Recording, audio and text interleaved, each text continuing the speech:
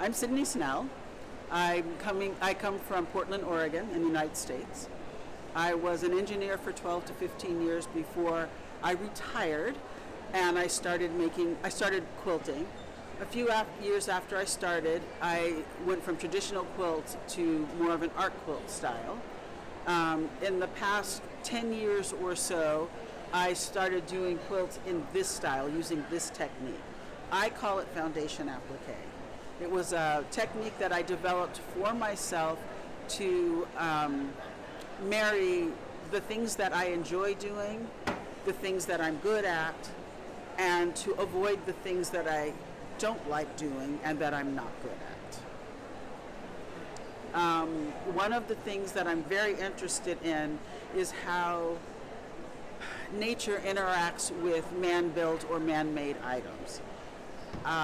Near my house is what is called the steel bridge, and in Portland we get a lot of rain and a lot of wind, and the steel bridge, the paint on the rivets and the structure is highly affected by that. Also graffiti. So this quilt is one of the rivets from the steel bridge. It doesn't really look like a rivet when you're up close if you don't know what it is, but that is what it is. I tend to like to get really close to things and abstract them, except when I want to get far away from something and make it easy to see and highly visible. I am standing here at the Festival of Quilts in Birmingham in my little exhibit space, and I've called this exhibit Temporary Obsessions. And the reason that I did that is because I have many temporary obsessions. I've been obsessed by these rivets, and I've made many, many, many rivet quilts. Then I was obsessed by some benches in a gymnasium that looked like pews, and I made 3 or 4 of those. The Portland airport has been another one of my obsessions. So I have a few quilts that are based on photos from the Portland airport. Occasionally I will make a quilt and I have an idea, but as I'm working on it, I tend to detour. And in the midst of that detour, I might decide that I'm going to make the quilt again without the detour. Though usually what happens is I just get a new detour. One of the things that I like about this technique is that A, I can make something over and over again, and B, I can scale it. I can easily scale it up or scale it down. One of the quilts that I have in this show was an accidental collaboration with an artist who goes by Yella. She had done some portraits and they were on display in New York City on Green Street. And I went to take a picture of the portraits because I thought they were fabulous and I wanted to be able to look them up again.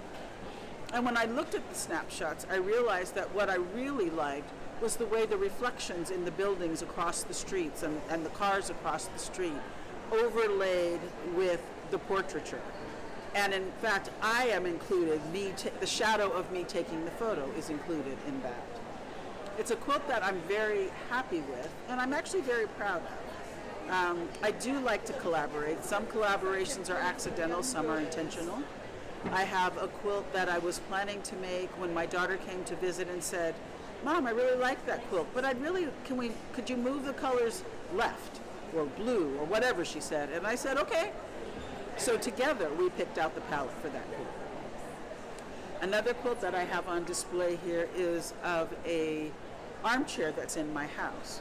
Usually when I'm doing something, I'm just kind of snapping photos randomly and then finding the key, the important part in that image. In the case of the chair, it was a little different. I knew that I wanted that chair, I wanted a fireplace, I wanted a pile of books, I wanted something that said, sit here and be comfortable, get cozy. So I moved the chair, lit the fire, put the books on the stand, took the books off the stand, added the coffee cup, took out the coffee cup, added the coffee cup back, took what felt like a bazillion photos, sent them to my children to ask for help, and they said, okay, the composition in this one is good, but I really think, Mom, you should use this one. And I think of that as a collaboration. I don't feel like everything I do has to be all me. It can be a photo that I take, or it can be a photo that somebody else takes. It can be fabric that I have dyed. It can be fabric that somebody else has dyed.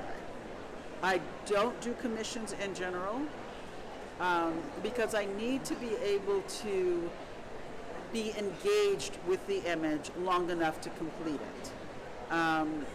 Some of these quilts take over 200 hours to construct, and that's not even the design section. So if it's an image that doesn't resonate with me, I can't spend that kind of time successfully and get something lovely. I might be able to finish it, but chances are I'm going to have gotten bored and taken shortcuts and made bad choices, and I'm not going to be happy. So the technique that I created for myself as far as construction is concerned is a raw edge appliqué technique. I call it foundation appliqué. It's a little bit different from what I understand reverse appliqué to be. I take a piece of white fabric that's somewhat translucent. I transfer the equivalent of a paint by numbers canvas that I've designed onto that fabric, and then I start filling in the spots with fabric. So I put the fabric that I want you to see on the front side of the foundation, flip the whole thing over, stitch on the lines that I've drawn, flip the whole thing over, and trim away the excess fabric. Part of the reason that I like to do that is I don't want layers and layers and layers of fabric. I want my quilts to soften up, to become texturized. After the top is completed, I put the top on top of a cotton batting along with a cotton backing, and I quilt it. After it's quilted, I wash it in hot water with detergent, and then I air dry it, iron it from the reverse, trim it to the size and shape that I want, and then add all the finishing touches, the binding or the facing, the sleeve, all that stuff that we quilters do. I will have a photo or even a pile of photos that I'm flipping through, and one stands out. And I flip again and the same one stands out. And I flip again and the same one stands out. It may not be a good photo. It usually isn't a good photo. I'm not a photographer. But by the time I've cropped it, recolored it, and whatever else I do, I'm able to discover what about it interests me.